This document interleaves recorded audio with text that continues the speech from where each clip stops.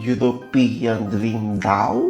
Welcome to reality. Sa Middle East kasi, tanggap na tanggap tayo doon. Bansang Middle East, bakit nga ba gustong-gustong binabalikan pa rin ng ibang OFW kahit nasa Europe na sila? Sinasabi nga ng ibang OFW na kapag nakarating ka na raw sa bansang Europe ay dapat happy ka na at kontento ka na. Pero bakit ganito na nga lang ang naging reaksyon ng lalaking ito sa kanyang video? Nakakalungkot ba yun? Na gusto mong bumalik sa lugar na dati mong naayawan, dati mong kinaiinisan, dati mong pinagsawaan. Nagbigay nga rin ito ng 3 dahilan na para sa kanya ay ito ang mga posibleng rason kung bakit gustong bumalik ng ibang OFW sa Middle East, at yung pangatlo nga sa dahilan nito ang nakaagaw pansin sa mga netizen. Ang dami pa rin mga Pilipino gustong bumalik ng Middle East. Siguro mga top 3 na masasabi ko na mga binabalik-balikan ng mga Pilipino, no? Sa Middle East. Yung maraming nabibili. No? Kasi sa Europe wala ka masyadong mabibili. Kasi sa Middle East, every sahod or every promotion, hindi pwedeng hindi ka bumili ng item kasi napakamura, no? Dagdag sa balikbayan box. Yun, isa na yun ang reason kung bakit gustong bumalik uli ng mga OFW dyan sa Middle East. Isa na yun ang dahilan, yung mga shopping. Pangalawa, na ikukumpara nila bakit sa Europe na-haggard sila. Ganun, ang dami namang mga day off. Ang dami namang pahinga. 7 hours nga ang trabaho no? Pero haggard pa rin silang tingnan, no? Pero bakit sa sa Middle East, kahit puyat yan, fresh na fresh pa rin. No? Fresh na fresh pa rin. 3 oras na ang tulog pero fresh tingnan. Pangatlo, yung sigurong pagtanggap ng mga tao sa kanila. Sa Middle East kasi, hinahangaan tayo doon. Tanggap na tanggap tayo doon. Kaibigan lahat tayo doon. Dito sa Europe, parang wala lang. Para tayong mga basang sisiw na hindi pinapansin.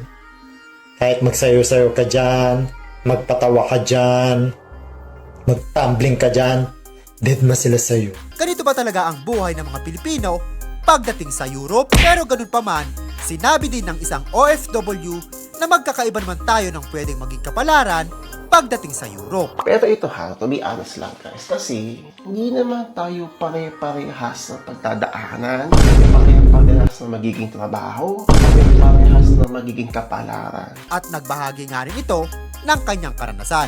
Ikaw kabayan na galing ka ng Middle East, upo-upo ka lang, aircon, mas malaki ang sahod compared to sa Croatia. Pero dito, welcome to reality. Seasonal job, seasonal din yung saya. Pero di naman lahat. Akala kasi ng karamihan guys, porket European din talaga yung sahod. Alam niyo yun, malaki. Dahil syempre, malaki ang palitan ng euro to peso. Pero real talk talaga, minsan mas malaki pa talaga ang sahod mo sa Middle East compared dito sa Europe. May mga tao naman pipiliin talaga na, alam niyo yun, ganong klaseng trabaho, tapos okay yung sahod. May iba talaga, nakagaya ko rin, na talagang gustong mag-explore, gustong lumabas ng comfort zone. Kasi yun naman lagi. Kaya ito, payo ko lang, kabayan. Kung namimiss mo yung mga dati mong ginagawa sa Dubai, bago ka mag-decide kung saan ka babalik, tanongin mo muna ang sarili mo, saan mo ba gusto magtrabaho? Sa Petix at stable? Or kaya mo ba munang tiisin yung isang trabaho para sa iba pang opportunity? Kasi guys hindi naman porket mahirap ngayon is mali na agad yung desisyon. Pero tandaan ninyo, lalo sa mga aspiring applicants, na hindi porket Europe ay instant automatic ka agad o jackpot agad. And ito na napapansin ko, hindi bansa minsan ang problema, kundi yung expectations. Kaya lagi kong sinasabi sa inyo, wag na wag kayo mag-expect ng sobrang taas kung kayo ay nangangarap makapunta dito sa Croatia.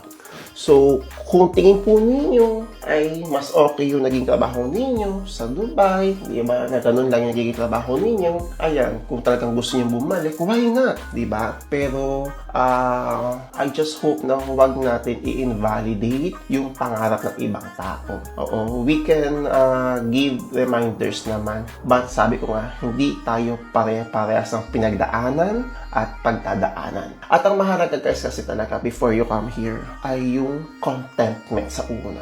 Oo, di ba? Hindi agad-agad. Maswerte yung ibang tao na pagdating dito, instant jackpot agad. Pero sa mga kagaya natin, kagaya ko, di ba? Laban lang tayo. Mahanap din natin yung trabahong para sa atin, yung sahod na talagang inaasam natin, and mag-enjoy lang tayo. I-enjoy natin yung mga ginagawa natin sa buhay, and i-appreciate natin yung mga blessings na nare-receive natin sa araw-araw. Yun lang po. Good luck mga kababayan, and see you soon po dito sa Croatia. Ciao!